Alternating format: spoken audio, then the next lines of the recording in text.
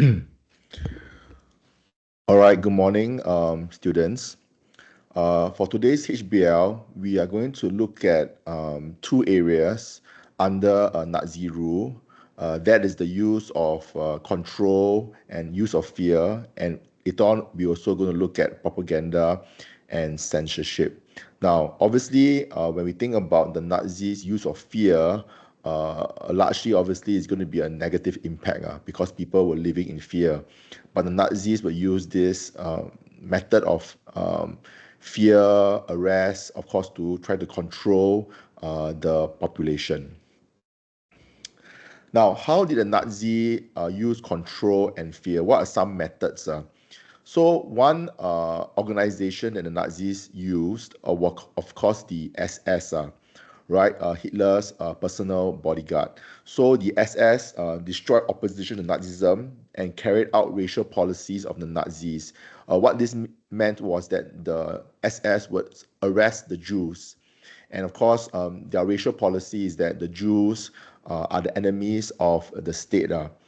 So basically, the SS will arrest the Jews, and later on, many of them were sent to concentration camps. Then we got the SD. What they did was that they monitored political opponents and stopped spies who tried to infiltrate the Nazi party. Then we have the secret state police, which is the Gestapo. So if the Gestapo thought that you were a threat to the Nazi regime, they could arrest you and then send you to concentration camps without trials or even explanation. Now, the leader of the SS and later on the police was this man known as Himmler, all right?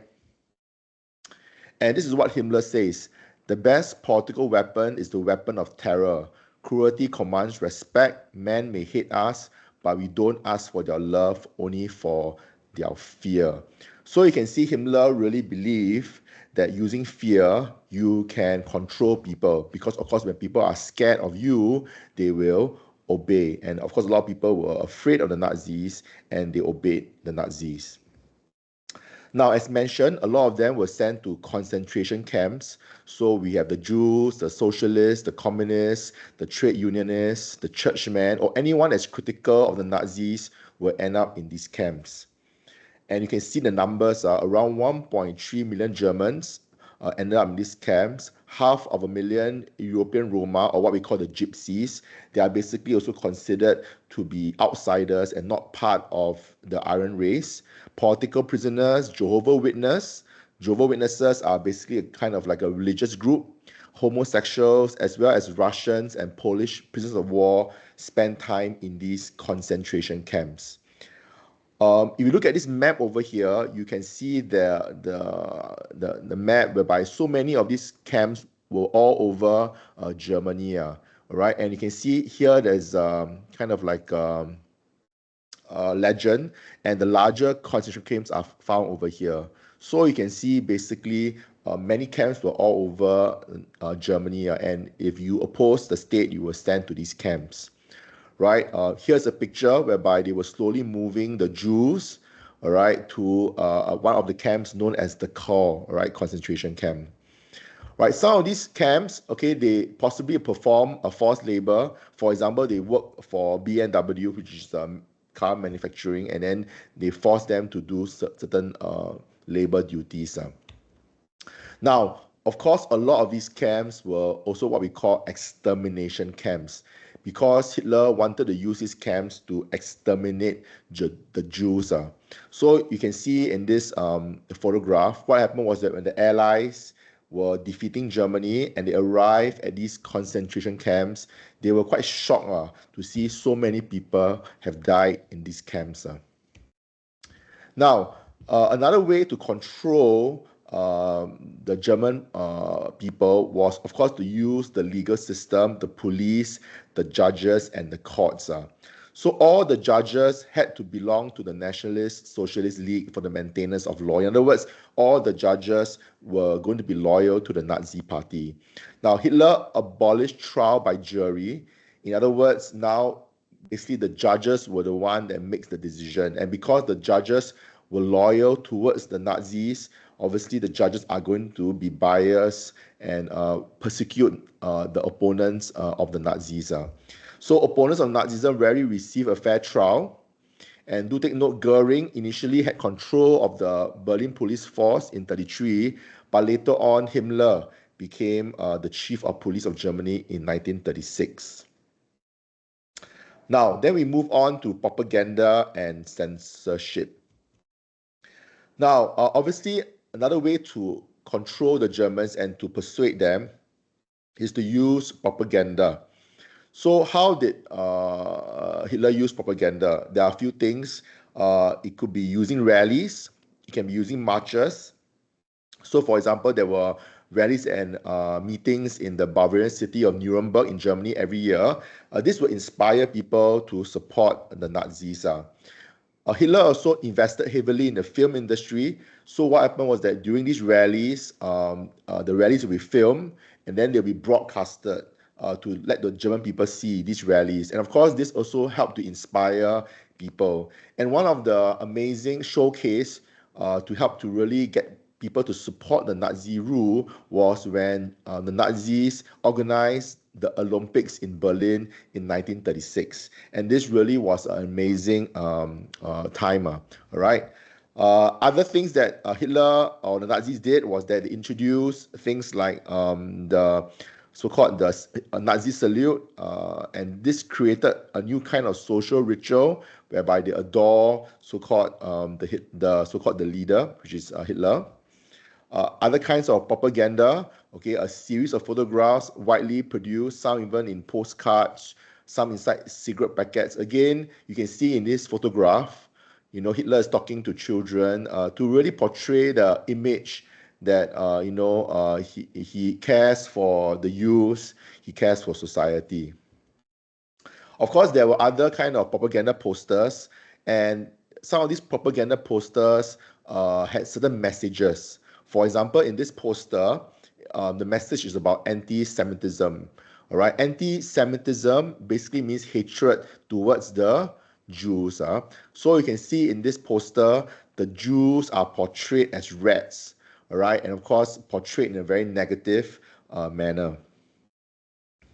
Now, as mentioned, one of the big so-called event was when the Nazis organized the Olympics in 1936.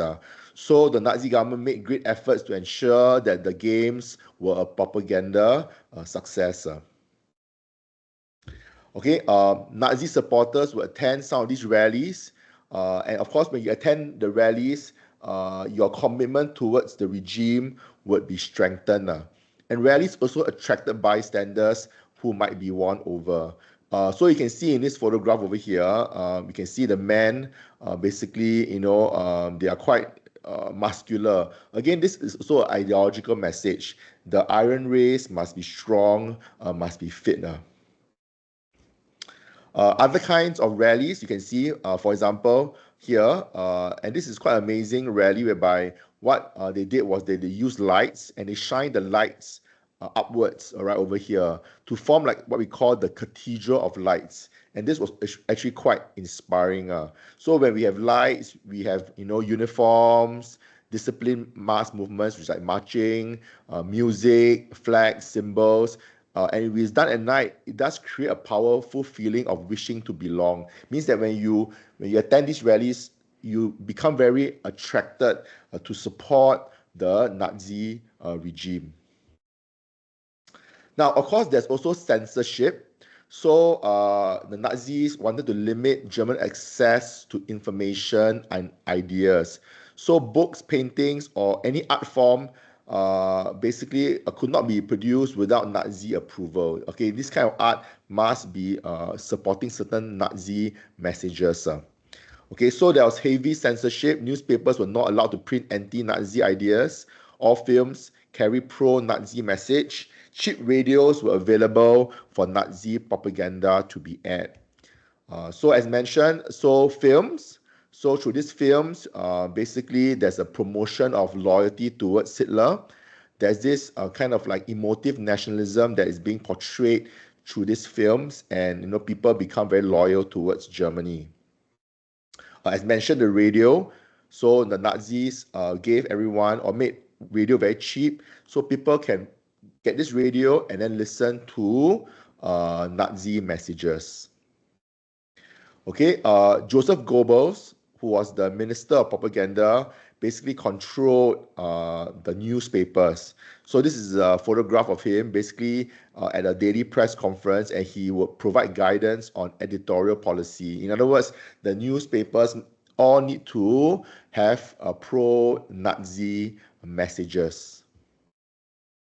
Some newspapers, of course, will be anti-Jewish, because one of the Nazi message is to be anti-Semitic. So you can see that some of these newspapers will carry certain messages that will attack the Jews. All right. Now, of course, through propaganda and censorship is to remind Germans of the power of the state. And of course, what happened is that one way is that local Nazi parties would hold regular marches at least once a week, and the Hitler Youth Group will also march regularly. Again, it's a form of propaganda to show that Germany is very strong, all right? So you can see here in this photograph, the Hitler Youth marching with their flying flags, 1939, again showing forth how strong Germany is. So when we look back at some of the things that we have learned so far, one of the things that O-Level like to ask is basically how did Hitler control Germany and got German people's support? So there are three areas really. They could have gotten German support through good economic policies.